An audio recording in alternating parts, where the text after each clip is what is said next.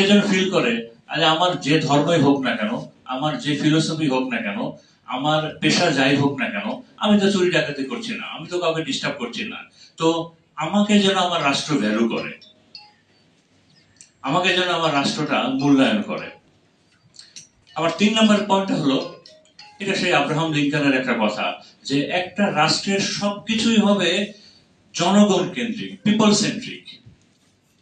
এটা কোনো দলের জন্য না, এটা কোনো মতাদর্শের জন্য না, কোনো প্রতিষ্ঠানের জন্য না, কোনো ব্যক্তির জন্য না। একটা রাষ্ট্রের সকল আয়োজন হবে জনগণ কেন্দ্রিক। এটা গেল হলো আমার মূল নীতি নিয়ে আমার কিছু কথা। আর এই মূল নীতির ভিতরে সব থেকে বড় ইম্পর্টেন্ট 2টা ফ্যাক্টর আমার কাছে মনে হয়। তার ভিতরে সার্বভৌমত্ব তো অবশ্যই আছে, এটা শুধু টেরিটোরিয়াল ইন্টিগ্রিটি না, সার্বভৌমত্ব একটা কমপ্লিট সার্বভৌমত্ব। আর সঙ্গে হলো ন্যায় বিচার, ইনসাফ।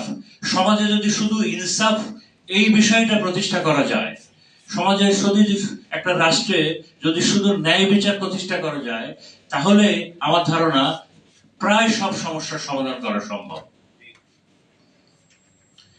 এবারে আমার নিজস্ব 3টা পয়েন্ট আছে, যদিও বিষয়টা এই রাষ্ট্র মূলনীতির সাথে অতটা না, তবে এই নতুন বাংলাদেশে এটা সবসময় এই একটা বার্নিং ইস্যু। তার প্রথম পয়েন্টটা হলো আমার আওয়ামী লীগ নিয়ে অল্প কয়েকটা কথা আছে। আমরা সব জায়গাতে শুনতে পাই, আমাদের তথাকথিত কিছু বুদ্ধিজীবী কিংবা রাজনীতিবিদ কিংবা বিভিন্ন লোকজন বলছেন যে আওয়ামী লীগ তো একটা বড় দল, তাদেরকে নিষিদ্ধ করা কি ঠিক হবে? কত মানুষ এখানে, আওয়ামী লীগেও তো অনেক ভালো মানুষ আছে, শহরে, ছোট শহরে, গ্রামে, প্রান্তরে অনেক নিরীহ অতিভদ্র সাপোর্টারও তো আছেন, তাদের কি হবে? তাদের কি দোষ? তাদেরও তো একটা ছোট আকারে হোক, মাঝারি আকারে হোক, একটা আওয়ামী লীগ তো তাদের দরকার। যে কোনো এটা রিফাইন্ড আওয়ামী লীগ নাকি অন্য কি আওয়ামী লীগ, যে নামই আমরা দিই না কেন, তাদের জন্য তো একটা আওয়ামী লীগ তো একটা দরকার। তারা কোথায় যাবে? আচ্ছা ঠিক আছে, একটা বিষয় আমাদের মনে রাখা দরকার, ইতিহাসের যে কোনো জায়গায়, যে কোনো সময়ে, যে কোনো দেশের জন্য প্রযোজ্য, গণহত্যা একটা ডিসাইডিং ফ্যাক্টর। একটা মানুষ, সে যে ধর্মেরই হোক না কেন, সে যে বিশ্বাসী হোক না কেন, সে যে রাজনৈতিক মতবাদেই বিশ্বাসী হোক না কেন, তার যে দলই থাকুক না কেন, একটা গণহত্যা একটা ডিসাইডিং ফ্যাক্টর। একটা গণহত্যা হয়ে যাওয়ার পরে তার কিন্তু ডিসিশন নিয়ে নেওয়ার কথা, সে কোন পক্ষে যাবে। আমাদের জুলাই বিপ্লবে একটা বড় গণহত্যা হয়েছে, এবারের বলি হয়েছে আমাদের প্রায় 2000 সন্তান। এই নিরীহ সন্তান, 2000 সন্তানদের মৃত্যু দেখেও যেসব অতিভদ্র মানুষ ডিসিশন নিতে পারে নাই, তারা কোন পথে যাবে, কোনটা সঠিক আর কোনটা সঠিক না, তাদের এই মতামতকে মূল্য দেওয়ার কি খুব গুরুত্ব আছে? তাদের এই মতামতের কি খুব বেশি গুরুত্ব আছে? তাদের বিষয়ে এত চিন্তা করার কি কোনো সুযোগ আছে? আমার হিসেবে নাই। গণহত্যা আমাদেরকে একটা ফয়সালা দিয়ে দিছে যে কারা কোন পথে, তারপরেও যে ডিসিশন নিতে পারে নাই, এটা তার। তো আমার কথা হলো, এই যে শব্দগুলো আছে, রিফাইন্ড আওয়ামী লীগ কিংবা ইনক্লুসিভ, এসব শব্দগুলো বই পুস্তকে আছে, বই পুস্তকেই থাক। আমরা নতুন বাংলাদেশে এই শব্দগুলো যেন মাঠে ময়দানে না চলে আসে। আমার দ্বিতীয় পয়েন্টটা হলো সংস্কার নিয়ে। আমরা টের পাচ্ছি যে সংস্কার নিয়ে অনেকে বলছেন যে না, এটা তো একটা চলমান প্রক্রিয়া, এটা রাজনীতিবিদরা করবে, এটা হয়ে যাবে, এটসেট্রা এটসেট্রা। আমি বিশ্বাস করি যে এটা হয়ে যাবে, তো চলমান প্রক্রিয়া, একটা ট্রেন চলছে তো চলছে, তার ভেতরে সবকিছু হয়ে যাবে। বাট কথাটা হলো, এই ট্রেনটা তো কিছু সময়ের জন্য থেমেছিল, অল্প সময়ের জন্য ট্রেনটা একটা জায়গায় থামছিল, এবং ওই অল্প সময়ে 2000-এর বেশি মানুষ মারা গেছে, ওই অল্প সময়ে 30,000-এর উপরে মানুষ আহত হয়েছে। তো এখন তো কিছু রিপেয়ার ওয়ার্ক লাগবেই। আর সংস্কার আমার হিসেবে, তাইলে যারা সংস্কারটা এখন করতে চাচ্ছে না অথবা এ বিষয়ে তাদের একটু নারাজ আছে, তাদেরকে আমরা শুধু বলি যে কোনো সংস্কার দরকার নাই। আমাদের রাজনৈতিক দলগুলো শুধু একটা সংস্কার করুক, রাজনৈতিক দলগুলো সংস্কার করুক, দলের ভিতর থেকে পরিবারতন্ত্রগুলো চলে যাক, সকল দুর্নীতিবাজ, সকল অসৎ মানুষগুলো চলে যাক, সকল খারাপ মানুষগুলো চলে যাক, তারপরে ওই একটা সংস্কার করে আমরা পরবর্তী স্টেপে যাব। আমার শেষ কথাটা হলো, বর্তমান সময়ে আমাদের সবারই যে হৃদয়ে যে রক্তক্ষরণ প্যালেস্টাইন নিয়ে। প্যালেস্টাইনের একটা ছেলের একটা কথা দেখছিলাম একটা সোশ্যাল মিডিয়ায়। 20-21 বছরের একটা ছেলে একটা ধ্বংসস্তূপের উপরে দাঁড়িয়ে সে সবাইকে বলছে যে দেখো, আমি তো মারা যাব, আমি জানি আমি কিছুক্ষণ পরেই হয়তো মারা যাব, এখনই মারা যাব, আমি মিসাইলটা দেখতে পাচ্ছি ইসরায়েল থেকে যেটা ছোড়া হয়েছে, আমি আমার বন্ধু বান্ধব বেশিরভাগই মারা গেছে, আমার আত্মীয় স্বজন বেশিরভাগই মারা গেছে, এই ধ্বংসস্তূপের উপরে আমি দাঁড়িয়ে আছি। তো আমি কিন্তু আমার দেশকে ছাড়ি নাই। আমার সুযোগ ছিল, আমি চলে যেতে পারতাম, বাট আমি আমার দেশকে ছাড়ি নাই। আমার সুযোগ ছিল, আমি আমার ধর্মকে ছাড়ি নাই। আমি আমার আল্লাহর উপরে বিশ্বাস রেখেছি, আমি আমার ধর্মের উপরে বিশ্বাস রেখেছি।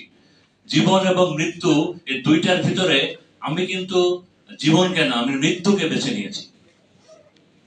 এবং আমি তো জানি আমি হয়তো বেহেশতেই যাব, এবং সেখানে আমার অনেক পছন্দের লোকজন পাবো, এবং আমি জানি, আমি বিশ্বাস করি আমার আল্লাহ আমাকে বেহেশতে দিবেন। কিন্তু আমি আপনাদেরকে বলছি, আপনারা যারা দূর থেকে বিষয়গুলো দেখছেন, আপনারা কি জবাব দিবেন আপনাদের আল্লাহর কাছে? সবাই ভালো থাকবেন। আসসালামু আলাইকুম।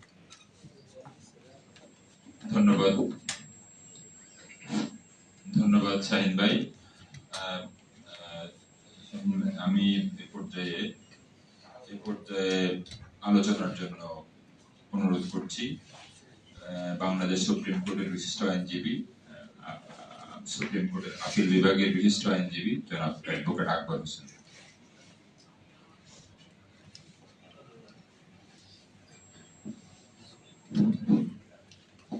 বিসমিল্লাহির রহমানির রহিম। গণশক্তি সভার আজকের এই আয়োজন যারা আয়োজন করেছেন তাদেরকে ধন্যবাদ জানাচ্ছি, এবং প্রিয় সাংবাদিক বন্ধুগণ এবং শ্রোতাবৃন্দ, আসসালামু আলাইকুম। আমাদের বাংলাদেশের একটি, আপনারা সবাই জানেন, আমরা জানি, একটি সংবিধান রয়েছে, constitution of the people's republic of Bangladesh. আমাদের যে সংবিধান, সেখানে সেকেন্ড পার্ট যে আছে, সেকেন্ড পার্টে আমাদের স্টেট পলিসি নিয়ে কথা বলা হয়েছে। 17-18টি আমাদের স্টেট পলিসি রয়েছে। সেখানে আর্টিকেল 25-এ বলা হয়েছে যে আমরা আন্তর্জাতিক শান্তি রক্ষার ক্ষেত্রে ভূমিকা পালন করব। পাশাপাশি বলা হয়েছে যে আমরা কোনো শক্তি প্রয়োগ করব না। এই বিষয়টি একটু বিচলিত হওয়ার মতো, যে অন্যরা যদি আপনাকে শক্তি প্রয়োগ করে, তাহলে সেখানে আপনি যদি সাক্ষী গোপাল বা নীরব দর্শকের ভূমিকায় অবস্থান গ্রহণ করেন, তাহলে তো আপনাকে নিষ্পেষিত করে ফেলবে। ডে বাই ডে আপনাকে, যেরকম আমরা গাজার অবস্থাটা দেখছি, ছোট ছোট শিশুদেরকে, বাচ্চাদেরকে, বালকদেরকে হত্যা করা হয়েছে। তাদের পলিসিটা কি? ইসরায়েলের পলিসি হচ্ছে এই বালকগুলো যেন বড় হয়ে কখনো ডিফেন্ড করতে না পারে, কখনো অন্যায়ের প্রতিবাদ করতে না পারে, তারা যেন তাদেরকে, স্টেটকে কখনোই সিকিউর পজিশনে যেতে নিয়ে না পারে, আমরা অকুপাই করব। এটাই হচ্ছে তাদের পারপাস। তাহলে এই লোকগুলো অবশ্যই বুঝতে পেরেছিল যে ইসরায়েলের স্টেট পলিসি আর আমাদের স্টেট পলিসি, এখানে বলা হয়েছে আর্টিকেল 25-এ যে আমরা আন্তর্জাতিক শান্তির ক্ষেত্রে কোনো বল প্রয়োগ করব না। এই বিষয়টি খুবই হাস্যকর। আপনি দেখবেন পৃথিবীর বিভিন্ন দেশগুলো, প্রায় সকল দেশগুলোরই স্টেট পলিসি রয়েছে। তার মধ্যে আপনি লক্ষ্য করলে দেখবেন, মালয়েশিয়ায় যারা গিয়েছেন তারা অবশ্যই জানেন, রাস্তার বিভিন্ন বাঁকে বাঁকে সেখানে লেখা রয়েছে Malaysia can, Malaysia can, Malaysia can. মানে একটা জাতিকে যদি আপনি আশ্বস্ত করতে চান, আত্মবিশ্বাসের পথে নিয়ে যেতে চান, আপরাইজিং করতে চান, তাহলে তাদের মধ্যে একটা পলিসি দিয়ে দিতে হবে, ব্রেনের মধ্যে বদ্ধমূল করে দিতে হবে যে মালয়েশিয়া পারে, মালয়েশিয়া পারে। আমাদেরও এরকম একটা স্টেট পলিসি অবশ্যই থাকা দরকার। অন্যদিকে আপনি যদি সাউথ কোরিয়াতে যান, সেখানে দেখবেন যে ওখানে বলা আছে সাউথ কোরিয়ায় 1949 সালে পাক চুন হি নামে আর্মি জেনারেল উনি পাওয়ারে যখন ফোন করলেন, তখন সেখানে আপনার তাদের খাবার টাবার তেমন কিছুই ছিল না, পোকামাকড় যা চোখে দেখতো তারা তাই খেত। মানে যখন কিছু থাকে না তখন মানুষ কি করবে? ক্ষুধার যন্ত্রণায়, ক্ষুধার জ্বালায় তারা সেগুলো খেত।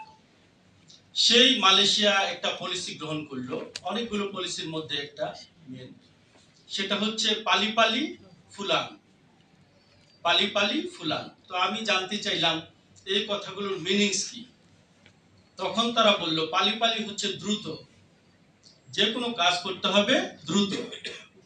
আর ফুলান শব্দের অর্থ হচ্ছে নিখুঁত, যে কোনো কাজ করতে হবে দ্রুত এবং নিখুঁত।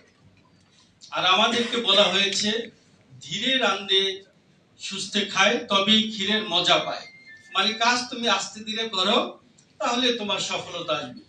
যেমন আমাদের কোর্টের ড্রাফটিং, সেটা হচ্ছে আমি শুনেছি একজন লয়ার আমাকে বলেছেন সিভিল ড্রাফটিং আপনি 15 দিন নিয়ে যদি করেন তাহলে ড্রাফটিংটা ভালো হবে। কেন 15 দিন লাগবে? কেন আপনি 1 ঘন্টায় করতে পারেন, 2 ঘন্টায় করতে পারেন, 15 দিন একটা ড্রাফটিং করতে সময় লাগবে কেন? ওই যে ব্রেনে আমাদের মধ্যে বদ্ধমূল হয়ে আছে, ক্ষীর ধীরে রান্ধে সুস্থে খায় তবেই ক্ষীরের মজা পায়। মানে আমাদের হচ্ছে গো স্লো, গো স্লো, এই যে স্টেট পলিসি। আপনি যদি সিঙ্গাপুরের দিকে তাকান তাহলে সেখানে দেখবেন যে 1964 সালে সিঙ্গাপুর ছিল স্রেফ একটা জাল্লাপট্টি, জেলেপট্টি। এই ইন্ডিয়া থেকে তামিলরা নৌপথে সেখানে গিয়ে সেটা হচ্ছে মাছ ধরতো, মাছ বিক্রি করতো এবং মাছ খেত। তাদের আর কোনো জীবিকা ছিল না। তারা সাবসিকুয়েন্টলি চিন্তা করলো যেভাবে তো আমরা চলতে পারি না। তারা তাদের কাঠ বাঁশ দিয়ে নৌবন্দর তৈরি করে বিভিন্ন নৌকাগুলোকে বললো তোমরা এখানে ভিড়াও, তোমাদের পণ্যগুলো আমাদের এখানে রিলিজ করো, তোমাদেরকে প্যাকেটিং করে দেই, আমাদেরকে তোমরা পারিশ্রমিক হিসাবে যা দেবার দাও। তারা এই কাজটি শুরু করে কি করলো, আস্তে আস্তে বড় পোতাশ্রয় হারবার তৈরি করলো, বিভিন্ন জেটি তৈরি করলো। সেই সিঙ্গাপুর নিজেই সাবসিকুয়েন্টলি বিভিন্ন গুডস ইম্পোর্ট করলো, প্যাকেটিং করে বিভিন্ন দেশে তারা বিক্রি শুরু করলো। এখন সিঙ্গাপুর আপনি চিন্তা করতে পারেন পৃথিবীর সবচেয়ে দামি প্রেসিডেন্ট হচ্ছে সিঙ্গাপুরে। ইভেন ট্রাম্পও এত টাকা স্যালারি পায় না, এত ফ্যাসিলিটিস পায় না সিঙ্গাপুরের প্রেসিডেন্ট যত টাকা পায়। তাদের 198টা, প্রায় 198টা দেশের কোনো ভিসা লাগে না। অর্থনৈতিকভাবে যদি আপনি একটা জাতিকে, একটা দেশকে বুস্ট আপ করতে না পারেন, তাহলে আপনি যদি